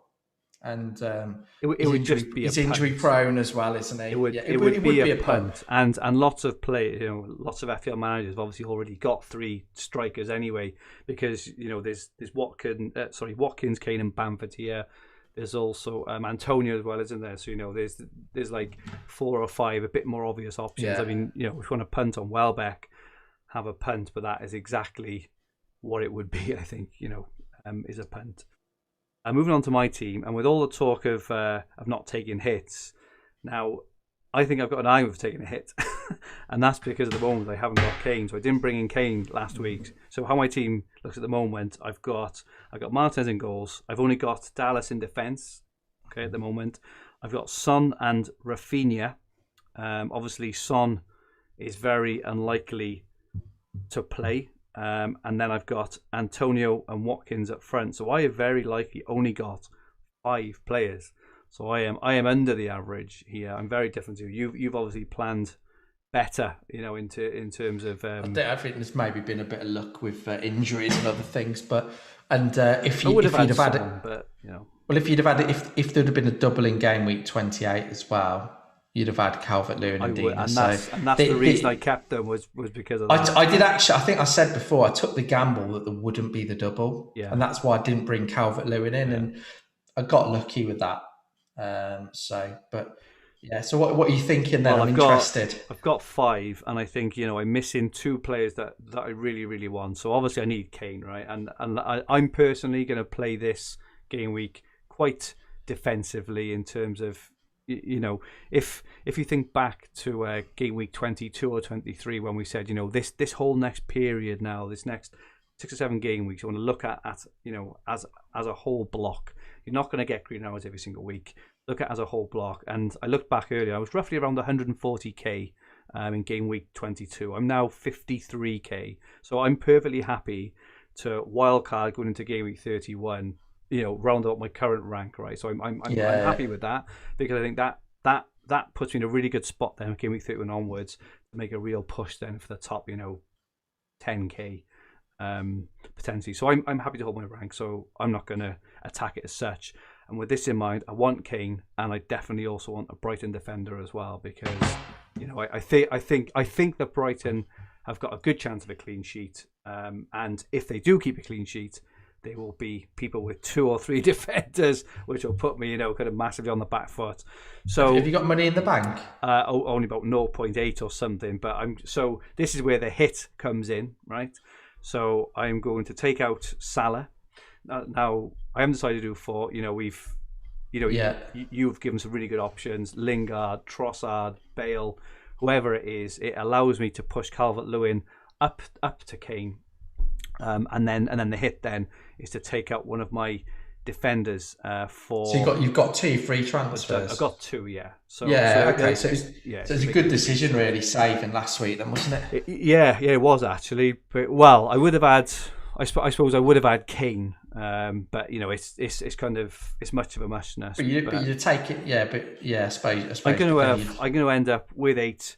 With a -4, but then if you compare mine and your team there, you're going to end up with 10 with a -4. You're going to have 2 more players than me, but I'll have Kane, I'll have Dunk, I'll have Rafinha, I'll have all the main players. We won't be much different. So even if you I'm using you as an example here, but I'm talking about kind of an average manager, right? So I don't think you're going to be more than 8 to 10 exactly points 5 or 10 points. I was going to say, right? And exactly. I'm happy with that. I don't even mind a small red this week to set me up moving forward, like I said. But that's the big thing. It's hard for this game week to be a high scoring game week, and if it is a high scoring game week or high scoring average, it will be because Kane's done well. Yeah, that's the reality. So I think it's quite a hard week to make up ground this week, unless you go really bold with a free hit and maybe back a couple of defences to block like you do in Sky, block your defences. And you hit the clean sheets. That could be a way of doing it. I've got Dallas, right, and I'm quite happy to have Dallas because he's got that attacking intent as well. Great. I really enjoyed having Dallas because Fulham, as we've mentioned, have only scored 1 or 2 at home, in the last 5. Dallas is very attacking as well. You could get a few points from Dallas. So he's a bit of a you could bit of a differential in there. But I would have 8 players with a -4. But I'm happy with that and a small red because I'm looking at the context of of the whole season, right? So, what you're saying is right. Is don't get too overly focused on this game week. It's not. I just don't. I don't think it'll be a big game week in the grand scheme of things. What you don't want to do is it's fine to have fun with the game week, but you don't want to damage your team for game week 30. And if you haven't got a wild card, then you might want to be even more cautious. But you're not going to lose much ground this week, I don't think. Okay then. So with all that in mind, apologies all if I'm coming across. Now I normally try. I'm normally really enthusiastic. It's just this game week is just, I don't know, it's just drained. Just look at those fixtures earlier. There were some comments in the chat, and people were saying, "Oh my goodness, look at those fixtures. They're just awful." I can make you feel better anyway. Mitesh Patel has put in there, Fergie, your team's looking bad there. Fair don't need the violin. Where's your violin? No. I know I should have. I need it for yourself, the way you've been talking this week. I deserve it because I've been very depressing this evening, and I do apologise. You wait till after the international break. Do you know what's going to happen after everything we've said? Aubameyang's going to get a hat trick. I know. Kane's going to get a hat trick. Bale's going to get 3 assists. It's going to be like an 80-point average, and I'm going to have about 15. I'll be like, I've only lost 65 points. Don't worry about it. But, okay, let's look at the captaincy then for game week 29. So we put up a poll earlier on Fantasy Football Hub. We put up Harry Kane, Patrick Bamford, Aubameyang, and Lewis Dunk. And Harry Kane, as you could guess, landslide, 69.5% of the vote. Second was Dunk, interestingly enough, with 11.8. Aubameyang third with 10.8, and Bamford quite low on 7.9. I think since that we have had confirmation from Bielsa that we think that Bamford is likely to start on Friday. That may have influenced his low score a little bit there. But Adam, what are your thoughts on the captaincy for game week 29? I just think, I would like to be different, and I would like to have confidence in going with somebody other than Kane, but he's just the elite performer. He's probably the only, let's assume Son's injured, he's the only elite performer this season that's playing. So I just don't think you can look past him. The problem is there's nobody else. If you break it down, I mean, Trossard, if I went for a Brighton attacker, it would be Trossard. But I mean, I'm struggling enough to make a convincing argument to bring him in. I'm not going to give him the armband. I think Dunk's an interesting one. I think he is as well. I do think he's an interesting one. But as a few people know, I captained Diaz a few weeks back, and I can tell people who've never captained a defender before, it isn't any fun. No, so if you're going to captain Dunk, and I don't think it's a terrible idea, and I think he is one of the better options. But if you're going to captain Dunk, don't watch the game, and whatever you do not watch the game, because every time Newcastle get the ball, which probably won't be that often in the attacking third, yeah, it's not fun. So I just think when you break it down, who could really go off this week? And I don't think even Kane, I don't expect huge things from him, because I think the matches are so evenly matched. There isn't like second playing 19th or anything like that, is there? So and if you look at the first two matches, they've got a lot on it in terms of the relegation. Yeah. And then you've got West Ham, Arsenal, where you think that'll be quite close. And Villa have been good defensively. And, let's face it, Mourinho, although Spurs have, as he reminds us, scored 100 goals this season, they're not going to put 3 or 4 past Villa. So, again, I can't... I mean, Dunk's interesting. I think Kane, for me, is where I would go, which is quite boring. In the chat, Rupert Eskin says Dunk is going to get a hat-trick. FPL Heaney just laughing faces at Dunk.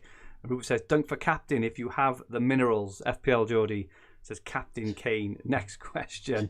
Nihal says Dunk is going to score a pen. Do you know what? If he did, that'd be some prediction if he's taking pens. But I think with Dunk, I don't really care either way too much, because I got his 10 points last week, so I've already. That was a nice bout. Yeah, exactly. And part of the reason I bought him was for this game week lined up. So yeah, it'd be interesting. I just think everybody will go for Kane, and I think I would be surprised if it isn't the highest effective ownership. Well, actually, there might have been higher because of triple captain, where people had triple captain available. But I don't think. I think when you're looking at the overall captains, I think it'll be one of the biggest landslides of the season. I think as well, because I think this vote will be higher on Friday because Spurs play again against Zagreb, and Kane scored 2 in the first leg. I think Mourinho has said today that Kane is going to start the second leg. Kane, for me, will probably, score again, and how fickle we all are, right? We all like to jump on a goal scorer. Kane blanked last weekend and looked dreadful. I think if he scores a goal tomorrow night, which I think he might, I think that vote will go from, what was it, 70% up to like 85% or something like that. Florin Sandu says, Dunk triple captain, let's go. Ed Wells says, Martinez is elite. Fozzie, Rafinha, worth a shout. And Mr. Brown says, I'm thinking about Reguilon. Florence says, Dunk, own goal and 1-0 loss. Yeah, I could. Do you know what? I could definitely see something like that. Dunk, own goal, 1-0. He's got a good record for own goals. -4. He has. You're right. Yeah. I think he's got. I think he's going to get like 4 in a season or something. He's done pretty well for own goals, so wouldn't be completely surprised if he scores in the wrong net. A few other shouts we had on Twitter earlier. So Mopai. I mean, if we think that Brighton are going to score the most goals this weekend, then it's hard to it's kind of hard to argue against that really. But Antonio isn't in there against Arsenal, but we said slightly off form. So Antonio is a good option, I think, for in terms of he could return. He has proved himself fixture proof, but I just think in the last couple he just hasn't been as sharp as he. So I agree.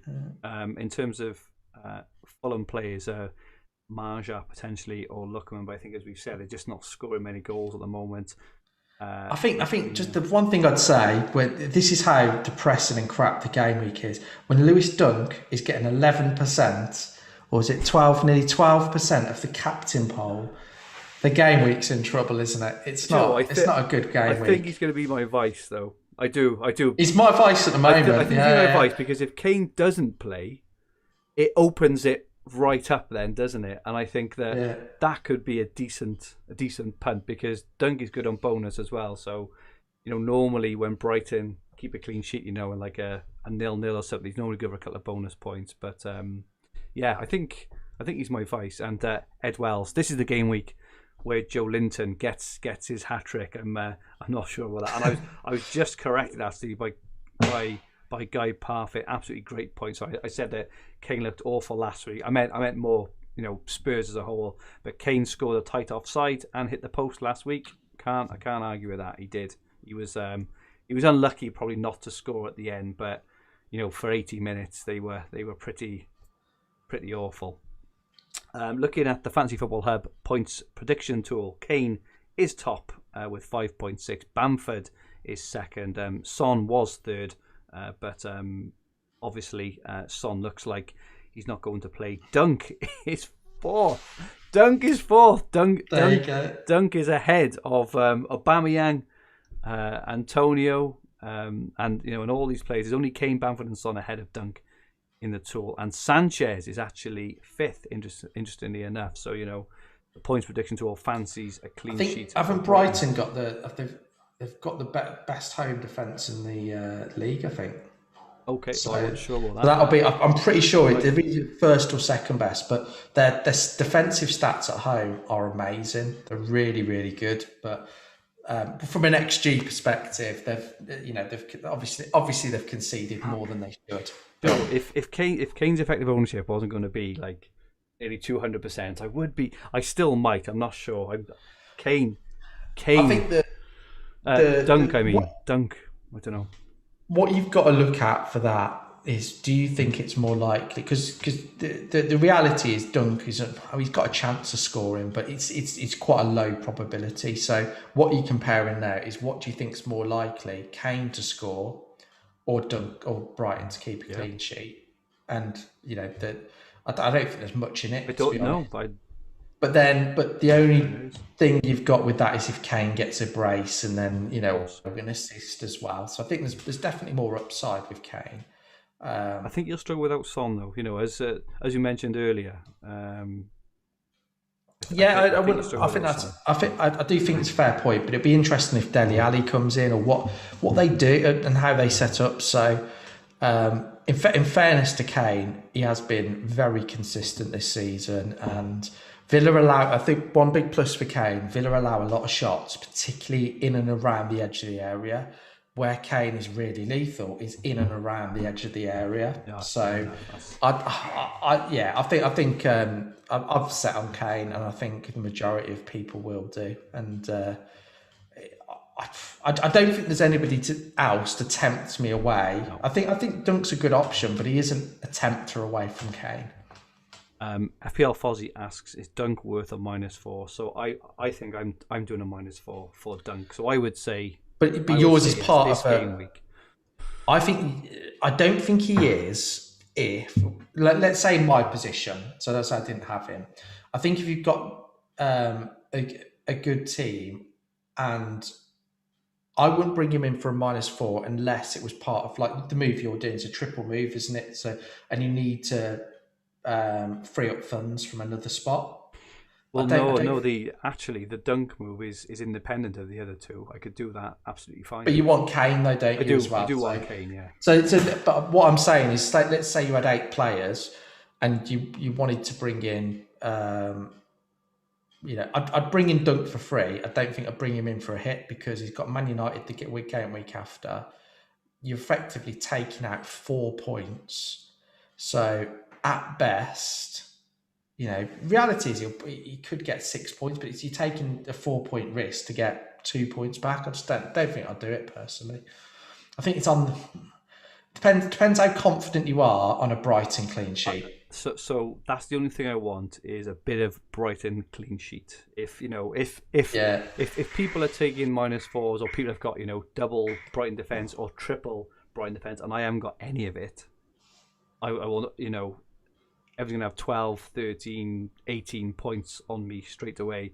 If I've got Dunk and they do, then it's much, much less.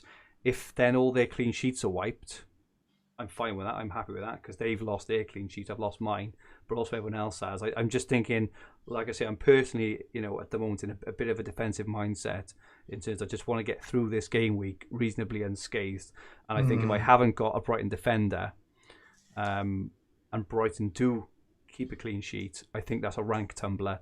Whereas if I've got one of them, I think, all right, I still may get a smallish red, but I'm fine with that. And that's my mindset on this game. I don't normally play like this, but it's just this game week. I just want to get through it. I just want to get it out the window with a small red, grey arrow, even a green. Who knows if Dallas gets this 15-pointer, I might end up with a green, for example. But I don't know, we'll see.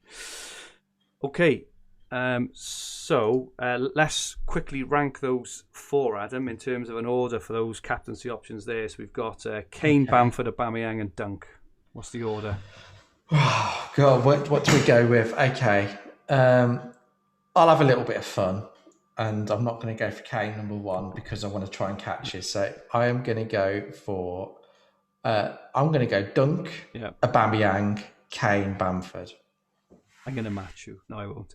I also think a bit of fun. I also think Dunk. I'm going to go for Dunk, but I will go for Bamford, then Kane, then Aubameyang. Yeah, I'm a couple different from me there, but I'd love Captain Dunk. I just you're right with Kane. There's no point putting 50,000 rank, and adding 50,000 onto my rank if Kane scored, if he goes and braces, there's no point. So, yeah, agreed. Okay, so competition time for our YouTube watchers. So every week, all our YouTube watchers have a chance with a Fantasy Football Hub mug. What we're going to do this week, we're not going to go for the highest scoring player. We are going to go for the Game Week 29 points average. So please put in the chat what you think the Game Week 29 points average is going to be. You also need to like the stream and subscribe if you haven't already. So that's what we'll do for this week. Last week, Game Week 28, Iheanacho was top with his hat-trick.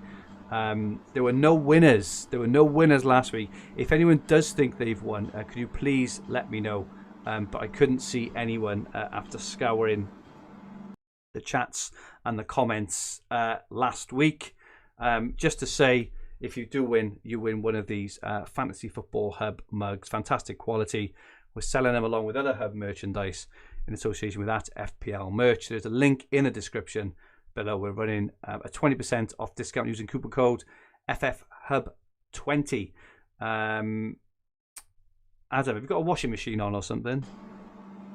I don't think so, no. I can hear something in your background. I don't know what it is. It sounds like a washing machine or something. It's not, is it? No, there's no washing machine. I think the heating might have come on. It might be the heating. Oh, there we go. Yeah. Anyway, who is your pick? No, sorry, not who is your pick. How many points? You said 40. Are you sticking with 40? 36. Oh, he's gone down. Okay, I'm going to go for 33. We're having a bit of a range in the chat. 39, 33, 28, 31. Yeah, everyone seems to think it's going to be in between kind of 30 and 40 seems to be the general sort of trend there. So we will look next week at the average and we will pick a random winner to get a mug. Finally, we're going to take a look at the top of the @FFH_Green Arrow mini league. In 10th place, Dom Lord. In 9th place, Matt Graham. 8th place, Vigard Knutson. 7th place, Tammy Donahoe. 6th place, Kevin Rose. 5th place, Victor Sandberg. 4th, Daniel Haynes. 3rd, Douglas Wong. 2nd, El Kamali. 1st, Luka Bubnich, who had a 60-point game week last week out and has also reached the 2,000 point mark. Great work, Luca. And I see you are 29th overall. Absolutely superb. Oh, Guy Parfit, I owe you a mug. You're right, because you picked Mahrez out in 27 because he scored that on the night where we streamed. Send me a message, Guy, and I'll sort you out a mug. Apologies for that. Make sure you join our FPL podcast mini league. There will be a prize for first place, including a guest appearance on our first preseason podcast of next season. We will also throw in some membership goodies, a mug, and all stuff like that. So make sure you do. If you're not in our podcast mini league, I'm just about to put it in the chat now this minute. The mini league code is LV24ZG. So make sure you join our podcast mini league. Our YouTube watchers can join. Use the auto join link in the description below. Adam, I don't know how, right? This is the shortest and crappiest game of the entire season, but we've also managed to not far off of our longest bloody podcast of the season. I don't know how we've managed to do that. FPL Heaney says it all. He says, "See you lads, good pod." All that Dunk chat was hilarious, though. Dunk as captain, never heard anything like it. I'm not sure what that means. We will see next week. We're just trying to make this, just trying to add a bit of we'll see next week. Excitement. I can see him steaming in off a corner, 15-pointer. Okay. I can. Do you know what? I'm starting to think of 1 point as more likely. I'd be even though I've tipped him for top of the captaincy. We'll settle for Kane for 2 points instead. So that is a wrap from us for this evening. Many, many thanks, as usual, to all our loyal watchers and listeners for their great comments and questions. We really, really appreciate your support as usual. Apologies. I think I've seen a bit down in the dumps this evening. I'm not. I just cannot get excited about this gaming. So I'm very, very sorry for that. I'll be back, obviously, on the next one, full of excitement, enthusiasm, and taking the piss out of Adam's red arrow that he's going to get next week. Next week. Adam, the very best of luck for you for Game Week 29. Where can people get hold of you? Thank you. On Twitter, Hopcroft13. Although if I don't reply, it's because I'm having, I'm trying to have a few social media breaks to keep my focus. Makes absolute sense. And my Twitter handle is @Fergie222. So this podcast and video will be on the Fantasy Football Hub YouTube channel with the podcast versions available on all major podcast platforms. If you liked what you watched, please press the like button. If everyone who's left on the stream now could please press like. Anyone who's watching on YouTube who's left watching, please press like. It would be very, very much appreciated. And remember to subscribe to the channel in the bottom right hand corner of the screen. If you enjoyed your listen, please rate the podcast and leave a comment. If you want more Game Week 29 chat, then FPL Heisenberg and John Nellis will be live on this channel at 8 p.m, I believe, tomorrow night. So make sure you don't miss those guys. Maybe they can, make it a bit more exciting than we've managed to do this evening. Our handles on Twitter, Instagram, and TikTok are at FFH_HQ, and our podcast Twitter handle is at FFH_Green Arrow. So please make sure you give us a follow. Our website, thefantasyfootballhub.co.uk, where you will find everything you need for fantasy football, all under one roof, including player comparison tools, the fixture ticker, Opta stats, top player team reveals, points prediction tools. If you haven't seen it, we now have player heat maps and touch maps on every one of the player profile screens for Fantasy Football Hub members. It is in beta testing. It's not perfect yet, but it's getting there, and it looks absolutely amazing. So if you don't think you're getting value from being a member of Fantasy Football Hub, take a look at those heat and touch maps. They are absolutely fantastic. Join the tens of thousands of other fantasy managers and sign up to the Hub to use all our amazing resources. Just click the top link in the description below. You will not regret it. Thank you so much for all the kind words in the chat. Good luck, Dunk, says Sketch RG, and good luck, Fergie. Adam and all, says James Harding. Good luck to everyone.